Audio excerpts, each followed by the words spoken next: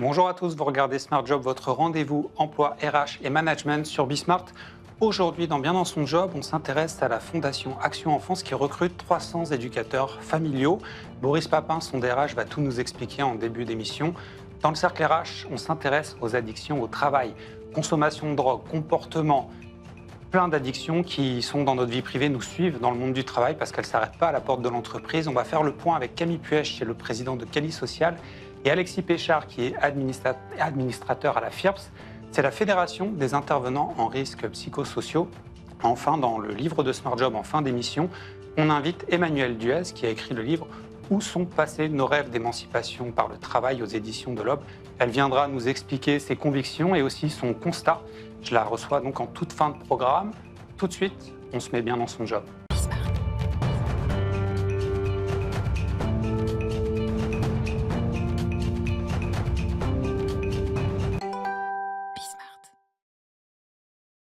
Action Enfance recrute 300 éducateurs familiaux, une campagne de recrutement qui va s'articuler sur 2 périodes, une qui s'ouvre actuellement, une autre qui sera prévue pour l'automne. On va faire le point sur ce métier, cette vocation et ce plan ambitieux avec le DRH de la Fondation, Boris Papin. Bonjour. Bonjour. Alors, c'est un très gros projet de recruter 300 éducateurs familiaux quand là, dans vos effectifs, si j'ai bien noté, la Fondation, c'est un peu moins de 900 salariés. Et dans ces 900 salariés, les éducateurs familiaux, c'est déjà à peu près 600 personnes. Ça veut dire que là, vous augmentez de 50% les effectifs sur ce métier-là. Pourquoi ? Oui, absolument. Les éducateurs familiaux, c'est 60% de notre effectif. Et la Fondation se développe énormément, puisque nous ouvrons 3 nouveaux villages d'enfants et d'adolescents en 2025 et 8 nouveaux villages d'enfants et d'adolescents entre 2026 et 2028. Donc on a besoin de recruter ce qui forme la majorité de nos équipes, donc des éducateurs familiaux, associé au fait qu'on est dans une période de recrutement permanent avec le renouvellement des équipes et puis la création aussi de nouveaux dispositifs dans les villages déjà existants. Parce que là, dans les métiers couverts, alors il y a une grande variété de métiers dans vos équipes. Je vois que par exemple, vous avez 31 personnes dans les métiers du paramédical pour accompagner ces équipes-là. Mais ces salariés, ces 300 éducateurs familiaux, finalement, ce sont des gens déjà à plein temps, j'imagine. Et en général, il reste combien de temps ces gens qui font carrière comme éducateurs familiaux? Combien d'années consécutives? Alors, chez Action Enfance, il reste en moyenne 3 ans. Et on est attentif à ce qui reste, j'ai envie de dire, aussi longtemps que les enfants que nous accompagnons. Et les éducateurs familiaux, ce sont les personnes qui sont chargées au quotidien d'accompagner ces enfants dans les villages, frères et sœurs, ensemble, puisque c'est la spécificité d'Action Enfance. Et là, justement, je vous posais cette question-là parce que quand on regarde la fiche de poste, d'une certaine manière, il y a des termes très forts, par exemple, l'accompagnement affectif. Et donner de l'affection à un enfant, que ce soit son travail, c'est pas rien, ça nécessite un engagement très fort, mais on imagine que ça peut aussi épuiser en fait les personnes et on va pas faire forcément ce métier-là 20 années d'affilée. Et là, je comprenais dans votre début de réponse, c'est que ces gens-là s'attachent aussi aux enfants, ils sont obligés. Donc ça fait qu'il y a une rotation à cause de ça? Alors, la rotation, elle est finalement assez normale, mais c'est vrai, vous avez raison de le souligner, sur un métier extrêmement exigeant, parce que nous pensons chez Action Enfance que l'attachement aux enfants est fondamental pour ces enfants, pour grandir et pour bien grandir, parce qu'on ne peut pas grandir en fait sans être attaché à des figures, voilà, sans amour, sans affection. Et donc, ces éducateurs familiaux, dans des situations parfois dramatiques, accueillent des enfants.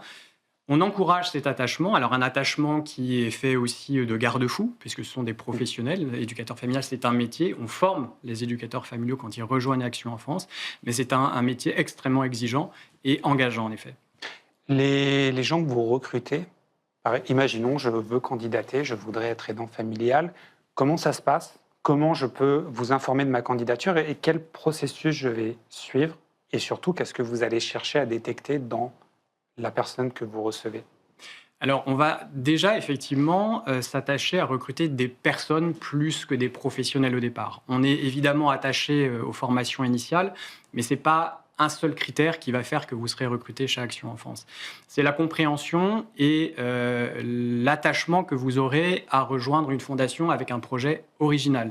Donc, pour vous renseigner sur Action Enfance, c'est aller d'abord sur le site d'Action Enfance, actionenfance.org, où vous trouverez des témoignages d'éducateurs familiaux qui vont expliquer quel est leur quotidien. Et nous, on va chercher à savoir dans le process de recrutement si vous avez compris l'exigence de ce métier, si vous avez des expériences avec les enfants, et c'est évidemment en plus si vous avez des diplômes sectoriels. Là, l'expérience avec des enfants, ça peut aider, mais on imagine bien que les enfants que l'on va avoir chez Action Enfance, c'est des enfants qui ont besoin encore d'un peu plus. C'est des enfants qui ont peut-être été amenés à souffrir, à avoir des traumatismes. Oui. Et ça, en fait, ça nécessite des compétences, ce qu'on pourrait appeler des soft skills, mais c'est peut-être pas le bon terme dans ce métier-là.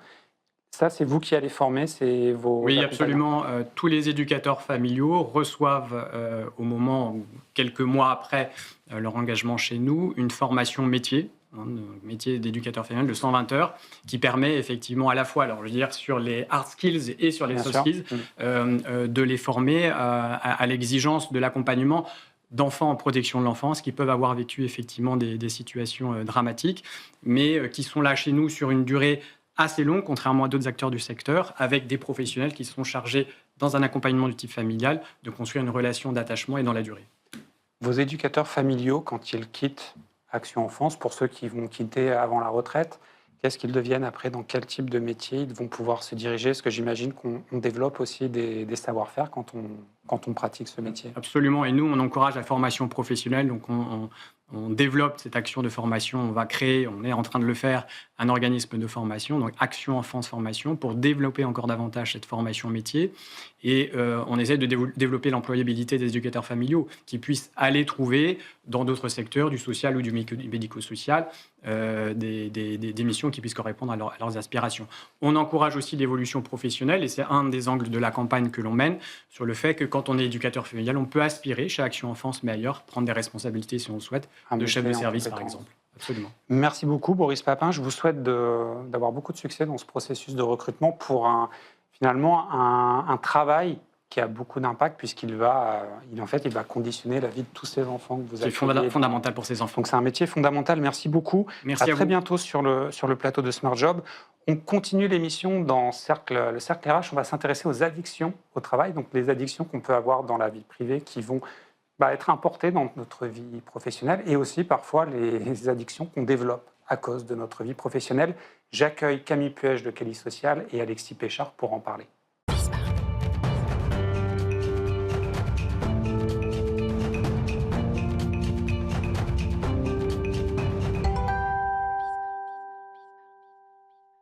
Avez-vous des addictions et surtout, est-ce que vos addictions impactent votre vie professionnelle? On va faire le point sur l'articulation entre ces troubles du comportement ou plutôt ces conséquences de troubles de santé mentale et ce qui se passe au travail avec Camille Puech, le président de Kelly Social, et Alexis Péchard, l'administrateur à la FIRB, c'est aussi président de GAE Conseil. Bonjour messieurs. Bonjour. Bonjour. Alors on va peut-être commencer en faisant simple. Déjà, je vais me tourner vers vous, Alexis Péchard. Quand on dit addiction, déjà on parle de quoi? Alors on parle d'une maladie qui est chronique, qui est récidivante, qui va toucher directement le cerveau, d'accord, et qui va s'exprimer par 3 niveaux de dépendance: la dépendance psychique, psychologique, la dépendance physique ou physiologique, et la dépendance sociale ou comportementale. Et c'est ces 3 dimensions qui vont faire l'addiction.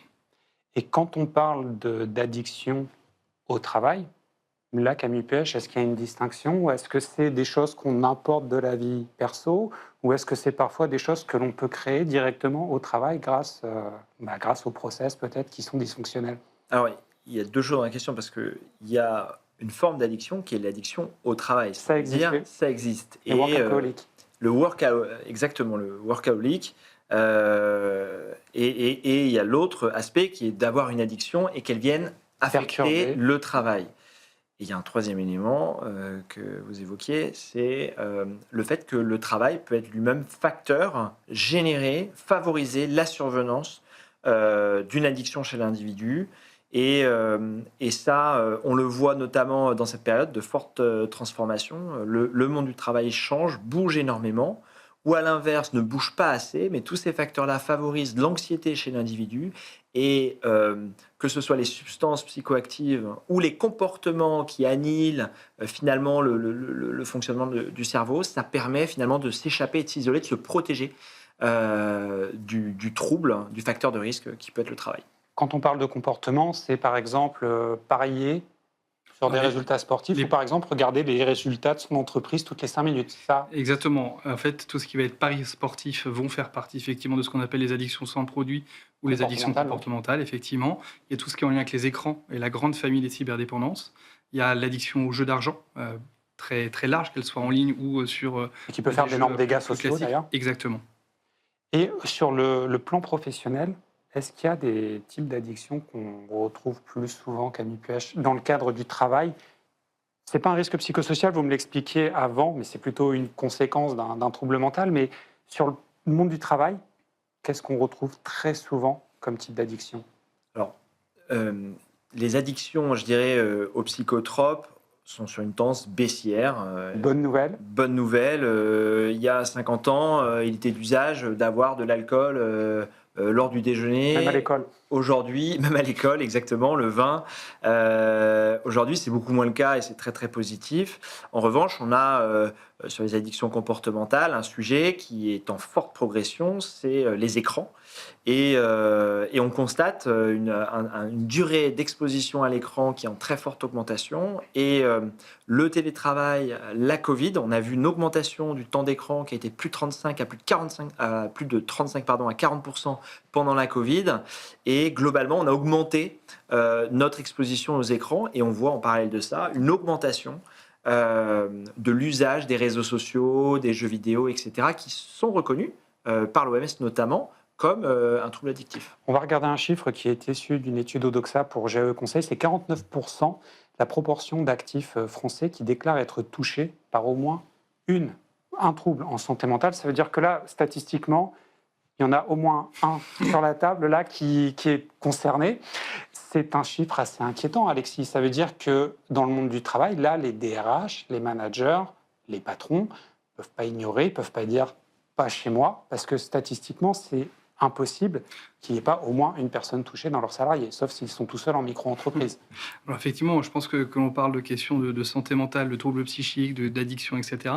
Je pense que finalement, on connaît tous quelqu'un, que ce soit dans notre entourage personnel, privé ou effectivement dans le monde du travail, qui a été ou est concerné par ce type de problématique. C'est un peu, on le dit souvent dans l'entreprise, et notamment quand on parle d'addiction, qui reste encore aujourd'hui un sujet extrêmement tabou. C'est un peu la personne addict, on résume souvent, c'est la personne dont tout le monde parle mais à qui on ne parle plus. C'est la personne dont on parle à la machine à café, mais finalement, on n'est pas à l'aise avec le sujet, on ne le traite pas, on a plutôt tendance à le laisser de côté, à mettre le sujet sous le tapis, et puis à s'adapter finalement au dysfonctionnement, et surtout si, entre guillemets, il y a encore de la performance dans le poste en question. Et on va attendre un élément déclencheur. Et finalement, ce qu'on voit, nous, dans les accompagnements que l'on fait, c'est que c'est des situations qui perdurent depuis 10 ans, 15 ans, 20 ans, et on est parfois appelé sur des situations extrêmement critiques, aiguës, en réaction à un événement. Alors, c'est jamais trop tard, mais en tout cas... il y a des gros dégâts. Il y a des dégâts qui sont évidemment physiques, qui sont sociaux, qui sont familiaux, qui sont importants. Et évidemment, tout le travail de la prévention, ça va être d'essayer d'agir le plus précocement possible et justement de briser ce tabou-là, notamment sur les situations individuelles. Ça va jusqu'où le dégât ou la situation la plus critique, même dramatique, j'oserais dire?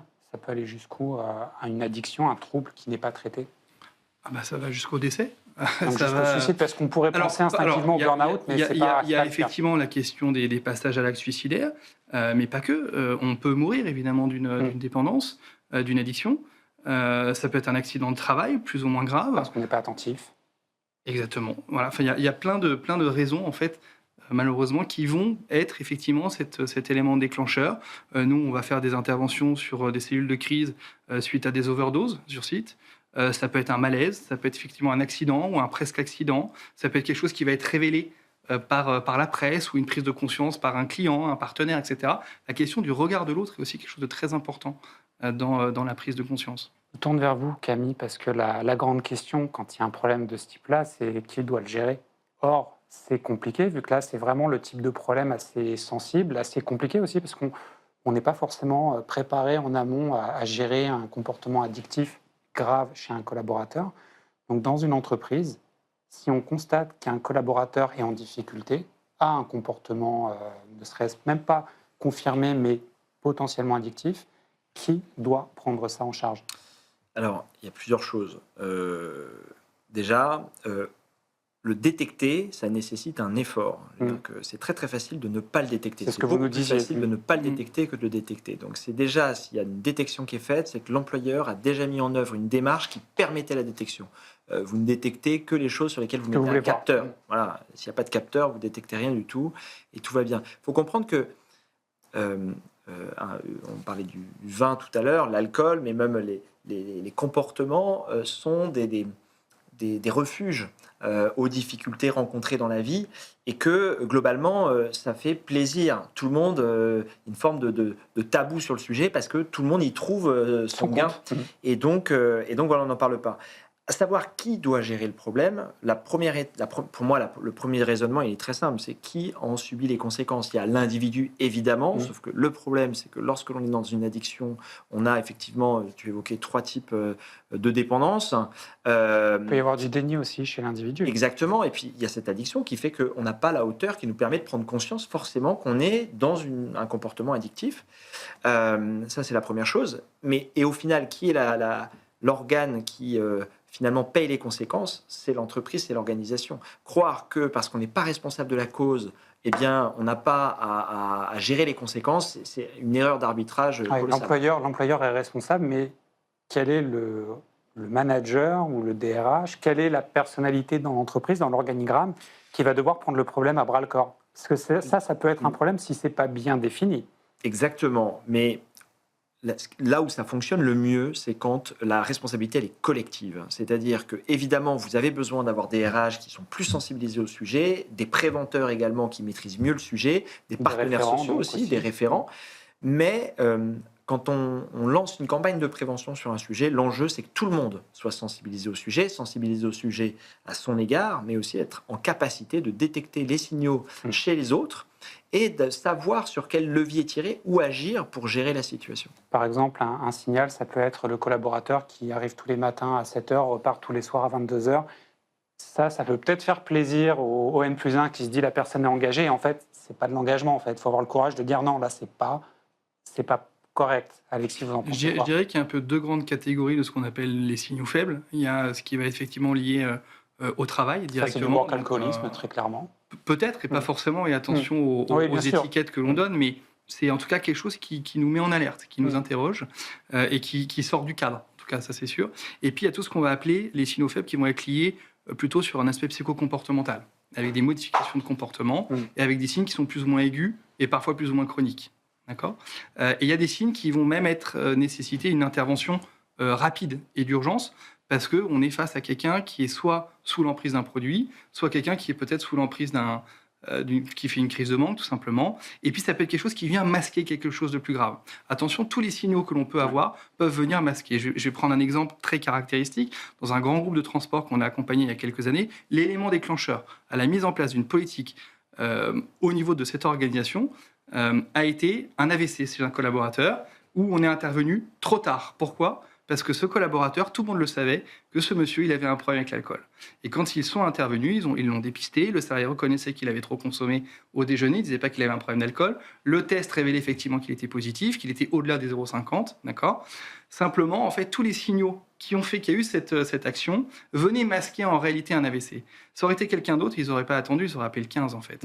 Et là, ils se sont substitués aux services médicaux en utilisant un test de dépistage à des fins diagnostiques.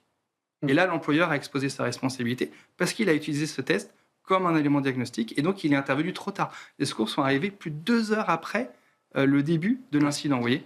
Donc attention à ces signaux faibles. Ce sont tous ces signaux en plus ou en moins sur le plan du comportement qui doivent nous faire agir, certains plus urgemment que d'autres. Et l'entreprise les dirigeants doivent avoir conscience de leurs limites aussi pour traiter c'est ce que rappelait Camille à l'instant, et c'était très bien, effectivement, sur le rôle collectif des uns et des autres.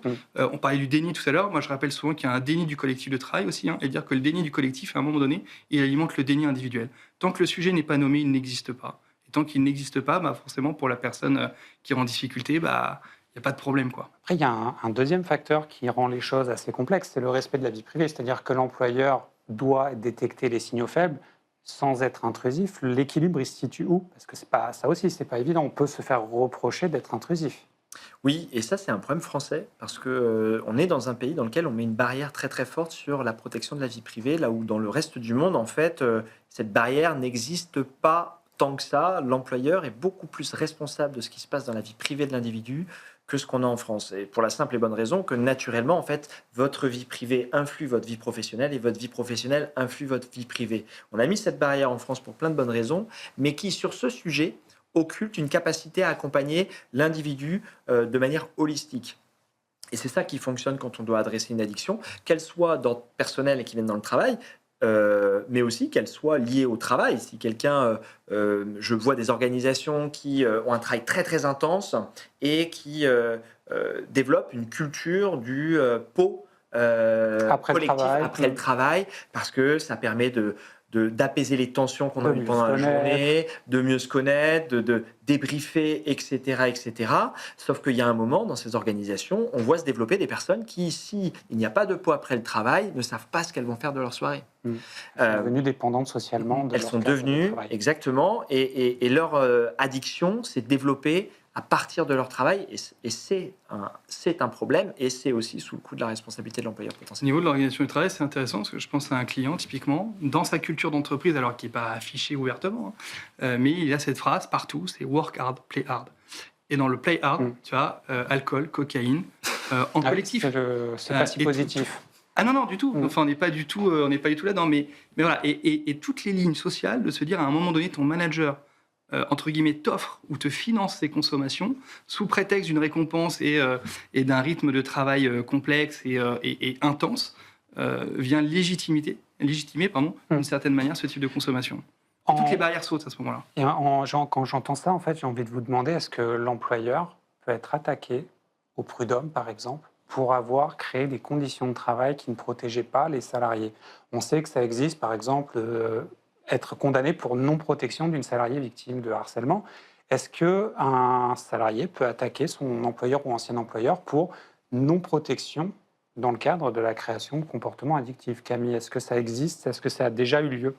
Alors, uniquement ce point-là, je ne l'ai pas vu. En revanche, effectivement, attaquer son employeur pour défaut de son obligation de sécurité, vous signez un contrat, dans ce cadre-là. Vous signez un contrat avec votre employeur. Dans ses obligations, il a de prendre soin de votre santé, votre santé physique et mentale. Donc, défaut de respect de son obligation, c'est une rupture de contrat abusive, et sur laquelle, dans les conséquences, on voit effectivement beaucoup de dossiers où on a vu se développer des addictions.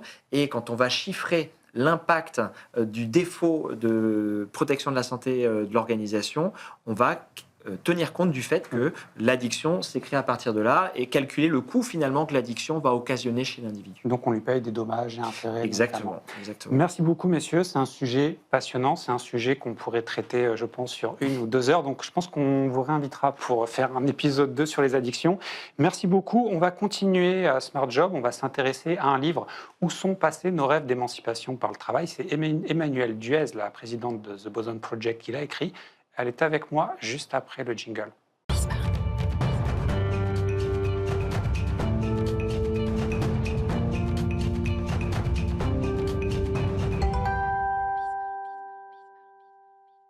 Où sont passés nos rêves d'émancipation par le travail?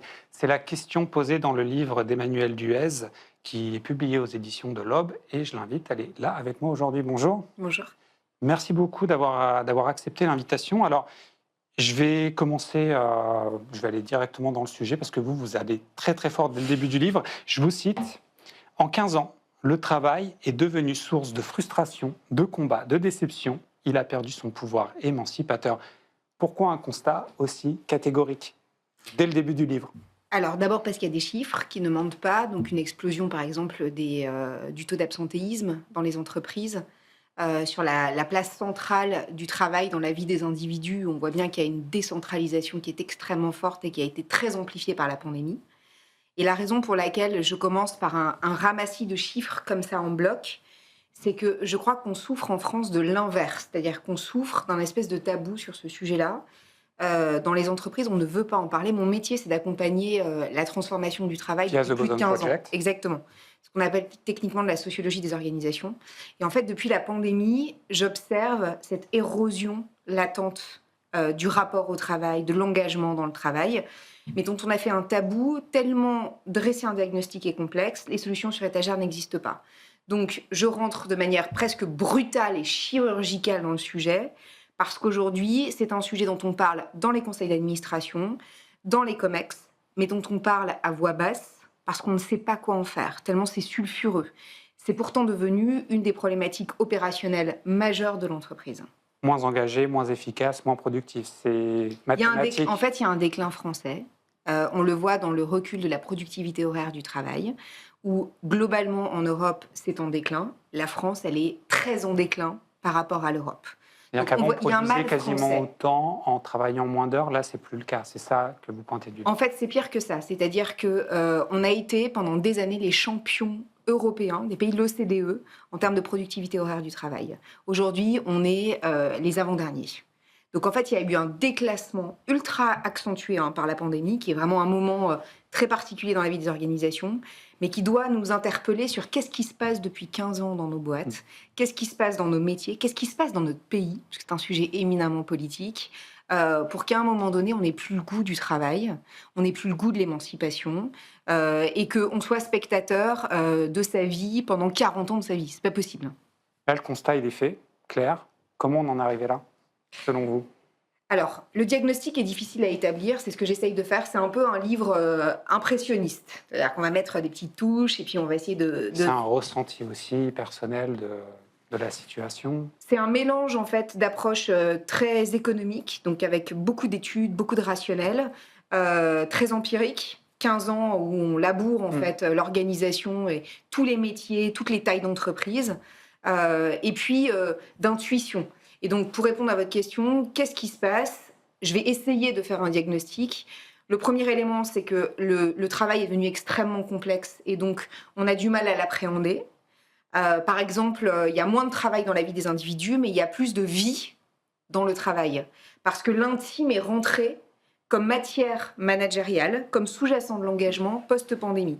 Deuxième élément important, c'est qu'il y a une nouvelle donne économique qui fait que s'engager pour améliorer ses conditions de vie, pour améliorer la vie de ses enfants, c'est plus possible. Ça n'est plus possible. Et donc là, il y a une faillite du modèle social français qui repose sur le travail. On gagne plus assez d'argent en travaillant. En fait, on entrave la dignité, on abîme la valeur intrinsèque du travail. Troisième élément, il y a des discours politiques depuis des années maintenant sur le fait que le travail, c'est la pénibilité, l'insoutenabilité. Et on ne se rend pas compte à quel point c'est dévastateur. Vous avez aujourd'hui des jeunes de 20 ans qui n'ont jamais mis un pied en entreprise, qui arrivent en entreprise en se disant de toute façon je suis une victime par destination. Quatrième élément, on a un espèce de legs managérial. On a toujours considéré en France qu'on était manager après des années de bons et loyaux services et on recevait le truc dans une pochette surprise, c'était un passage obligé. Alors qu'on n'en a pas envie. Forcément. Alors qu'en fait, l'art est extraordinairement difficile aujourd'hui. Et donc il faut sublimer, magnifier, renforcer cette fonction. J'ai envie de vous demander, ce sera ma dernière question, parce que le temps file très vite avec vous. Vous êtes réserviste de la Marine nationale. Oui. Vous êtes quelqu'un d'engagé, entrepreneuse. Vous n'êtes pas du tout ce que vous racontez dans votre livre, en fait. Non. Comment vous expliquez ce paradoxe ? Vous, votre vision du monde du travail, c'est quoi ? Moi, le travail, c'est toute ma vie. C'est-à-dire que c'est ma manière de m'émanciper. Et c'est précisément parce que... j'incarne ce que beaucoup de Français incarnent encore aujourd'hui. Mais je suis entrepreneur, c'est des trajectoires qui sont très particulières en fait. Que ce livre est un cri du cœur en fait, pour dire qu'on ne peut pas subir ce tabou de la dégradation de l'engagement, on ne peut pas subir sa vie de travailleur quand on est un travailleur. Il y a des solutions, il y a des enjeux, elles sont dans les mains de l'entreprise, dans les mains des managers, dans les mains des travailleurs, dans les mains du politique. Et donc, il faut les mettre sur la table et c'est ce que j'ai essayé de faire. C'est un cri d'enthousiasme. Je pense qu'on vous réinvitera sur le plateau de Smart Job parce que là, c'est vraiment pas assez 7 minutes vous êtes frustré. avec vous. Je suis un peu frustré. Là. Vous êtes bien français. Eh bien, on vous réinvitera très prochainement dans Smart Job. L'émission, elle est déjà terminée. C'est passé très vite. Merci à Lily Zalkin qui était à l'édition. Merci à Pierre Loup qui a réalisé. Saïd et Paul qui s'occupaient du son. Le taulier Arnaud Ardouin revient la semaine prochaine. D'ici là, continuez à nous regarder sur les réseaux sociaux en replay. Portez-vous bien. Bonne fin de journée.